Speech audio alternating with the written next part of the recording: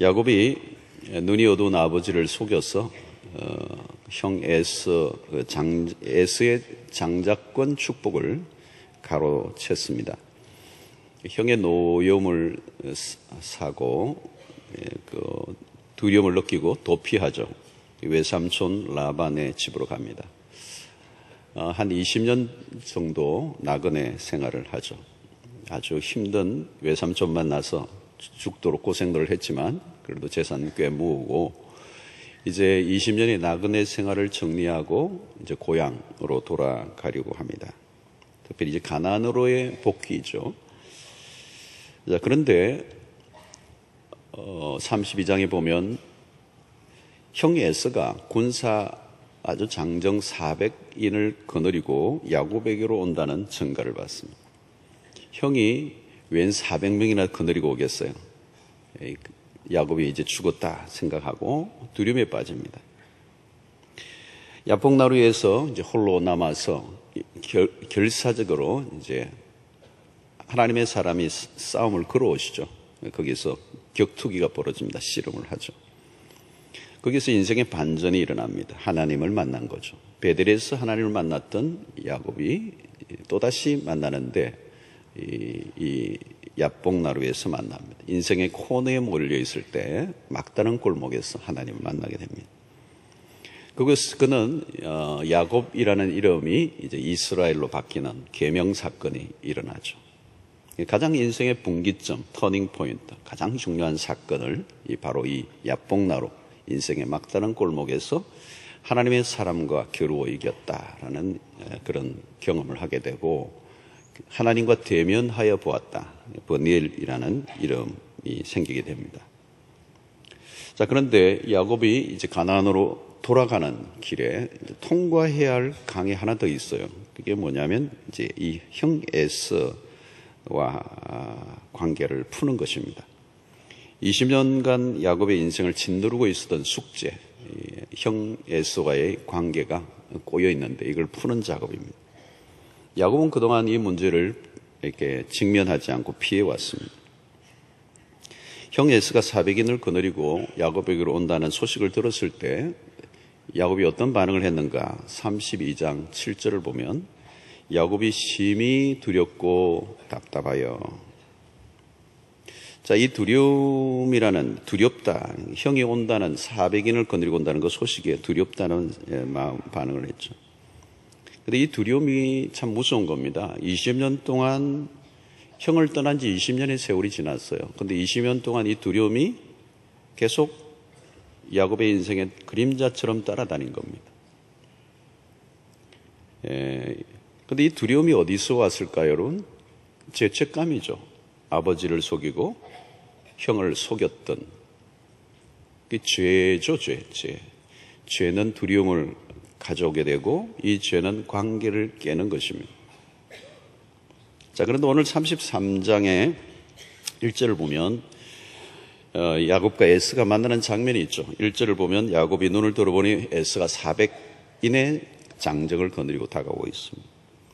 야곱은 자신의 가족들을 이제 이렇게 좀 나누었어요.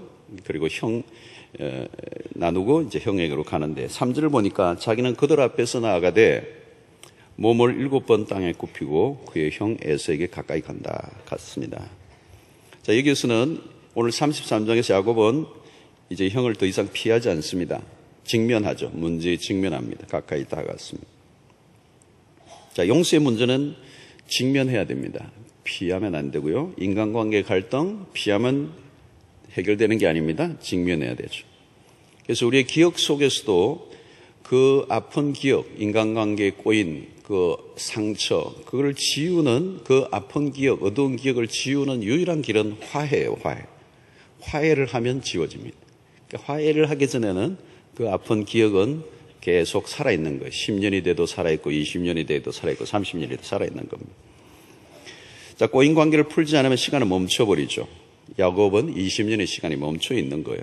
그 과거의 시간에 묶여 있죠. 20년 전의 사건이 묶여 있는데 이게 오늘 20년이 지난 오늘 또 나를 묶고 있는 거예요.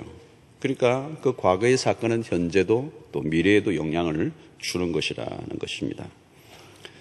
자, 야곱은 이제 직면합니다. 이 문제에 형과 이제 마주치는 겁니다. 그동안 피해왔어요. 근데 이제 마주칩니다. 자, 야곱이 어떻게 하죠? 형에게 절을 7번 했습니다. 7번 하면서 형에게 가까이 나가는데, 이것은 그 형에게 용서하는 모습입니다. 용서. 7번이나 절을 하는 모습에서 우리는 야곱의 그 마음을 또 보게 되고 진정성을 보게 됩니다. 야곱에게 어떻게 이런 일이 일어났느냐? 무슨 변화인가? 지금까지는 피하며 살아왔는데 어떻게 이런 용기를 가졌느냐? 형이 400인을 거느리고 온다는 처음 소식을 접해왔을 때는 앞이 캄캄했죠. 자기가 쌓아왔던 모든 것, 가족들, 처자식 다 날려버릴 수도 있는, 죽을 수도 있는 그 사건 앞에 두려움에 빠졌습니다. 그런데 이제 만날 용기를 가졌어요. 또 어떤 일이 일어난다 할지라도 받아들일 각오를 지금 하고 만난 것입니다. 그래서 1절과 2절을 보면 야곱은 여종과 자식들과 레아와 라헬을 뒤에 두고 자기는 형 앞에 나갔다. 참 이 순서는 좀 재밌습니다. 제일 먼저 여종을 앞서고 그 다음에 자식들, 그 다음에 레아, 이렇게 한 그 레아, 그 다음에 자기가 사랑하는 7년 동안 수위를 여겼던 걸 라헬은 제일 뒤에 이제 딱 두고 한 순서를 여기도 좀 아직도 머리를 쓰는 그런 모습이 보입니다. 자, 그러나, 그때는 이제 야복나루 사건 이전에는 그렇게 했단 말이에요. 딱 순서대로 앞에 보내고 자기는 뒤에 섰어요. 그런데 오늘 이 본문에는 이제 자기가 앞에 섭니다. 자기가 제일 앞에 서는 거죠. 이전에는 혼자 살려고 발버둥을 쳤던 야곱인데 이제는 달라졌어요. 자기가 제일 앞에 서 있습니다. 이 말은 뭐냐면 모든 책임은 자신이 지겠다. 이게 분명한 변화가 지금 야곱에게 일어나는 것입니다. 자, 이런 변화가 어떻게 일어났느냐? 결국은 이 33장은 32장 후반부와 연결이 되어 있습니다. 32장에 무슨 사건이 일어났죠? 버니엘 사건입니다. 이 버니엘에서 야곱은 하나님을 만난 것입니다. 대면했습니다. 그 대면을 통해서 일어난 일이 뭡니까? 하나님을 만나면 일어나는 현상이 내가 누구인 걸 알게 되죠.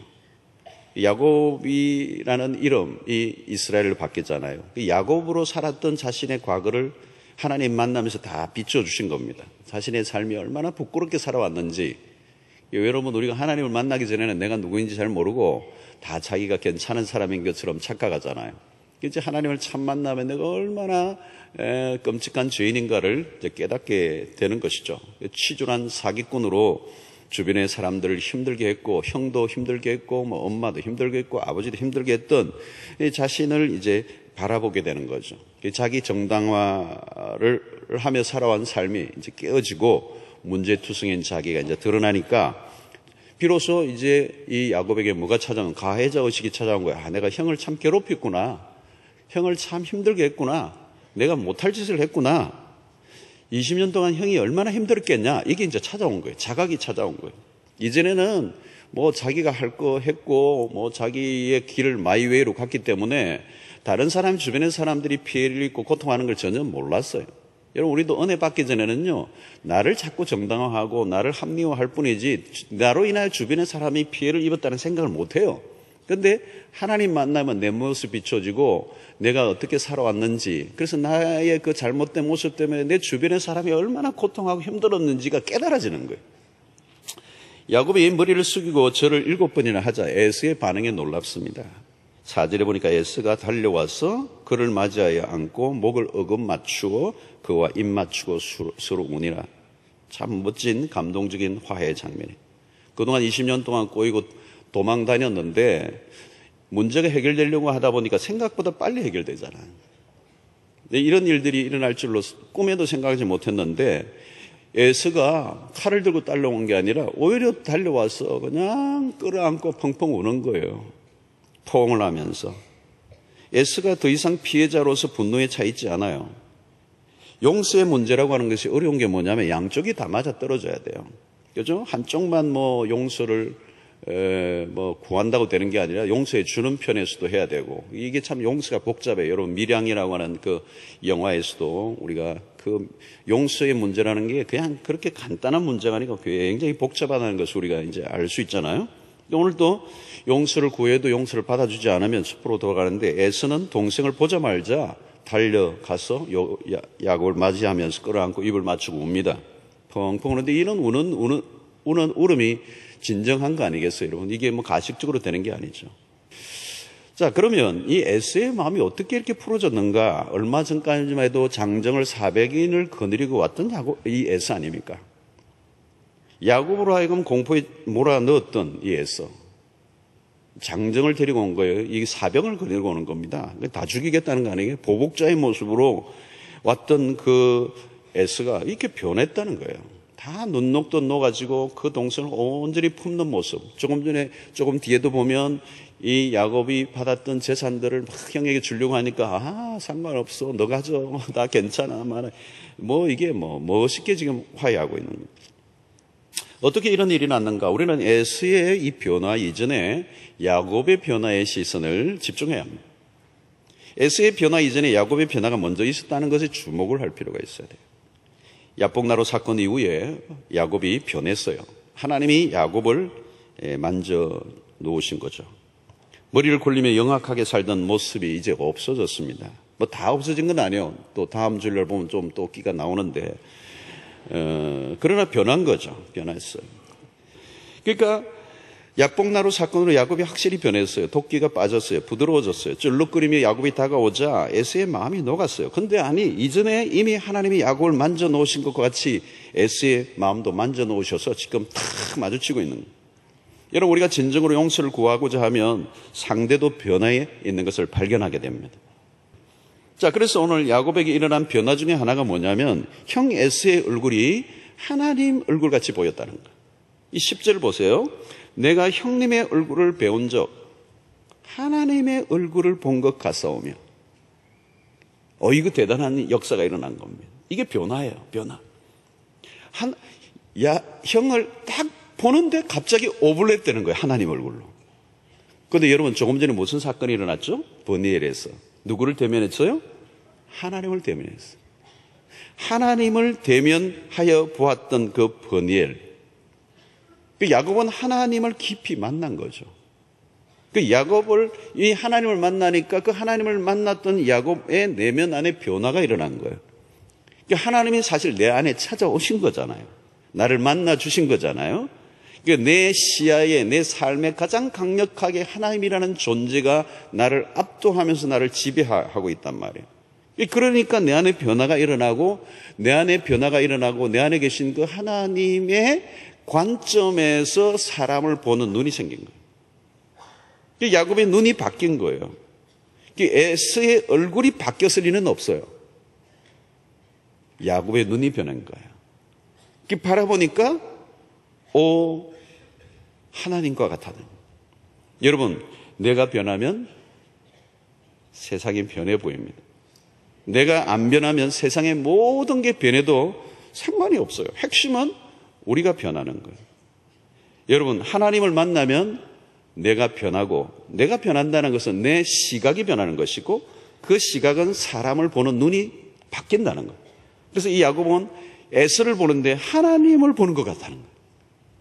이 놀라운 역사가 일어난 것이죠. 여러분, 오늘 또 여러분들의 이게 하나님의 은혜가 임해서 모든 사람들을 하나님과 같이 보는 은혜가 있게 되기를 축원합니다. 원수가 많다는 것은 은혜가 떨어졌다는 거고, 하나님이 내 안에 충만해 계시면 내 눈을 바꾸어 주실 거예요. 다른 사람이 안 바뀌어도 내가 그를 하나님과 같이 보면 그게 여러분 되는 거 아니겠습니까? 할렐루야. 그 인간은 하나님과 같이 보이면 안 된다고요?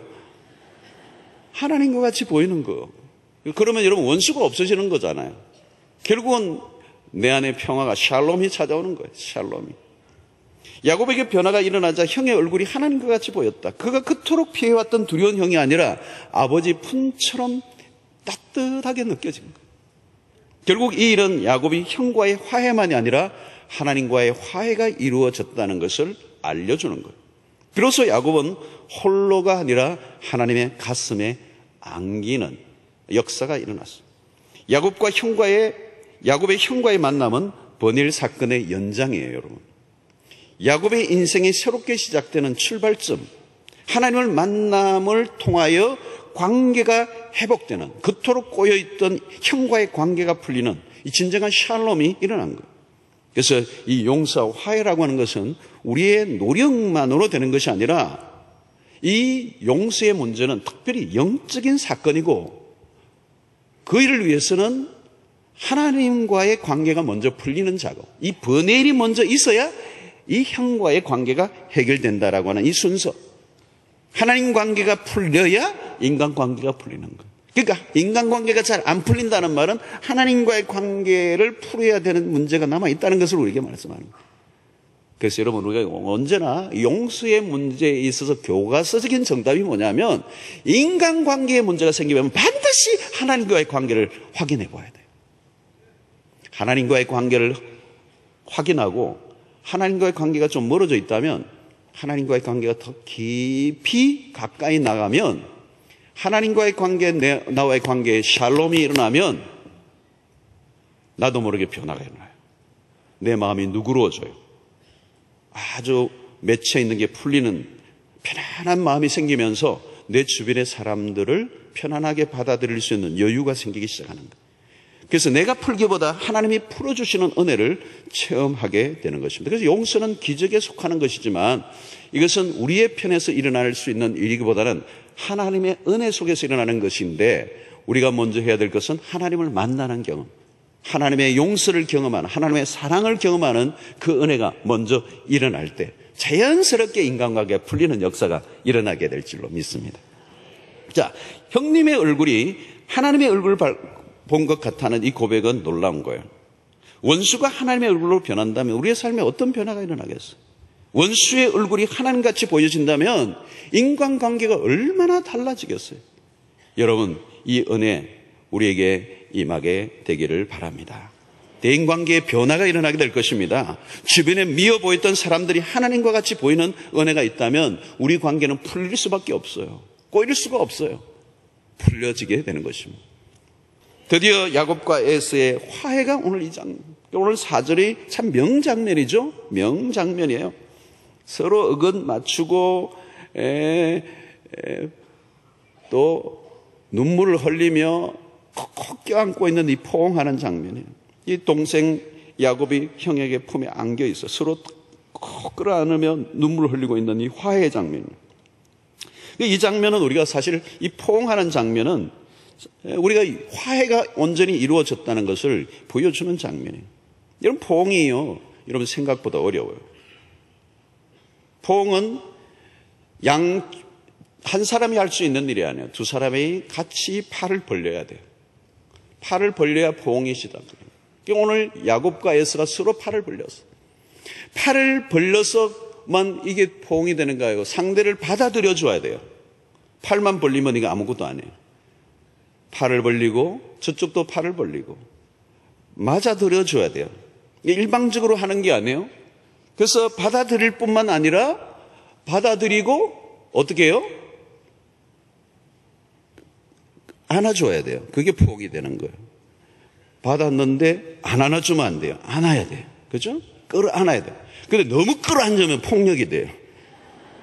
근데 너무 느슨하게 안아도 그게 좀 무성의해 보이겠죠. 이것은 참 이게 아주 미묘한 것입니다.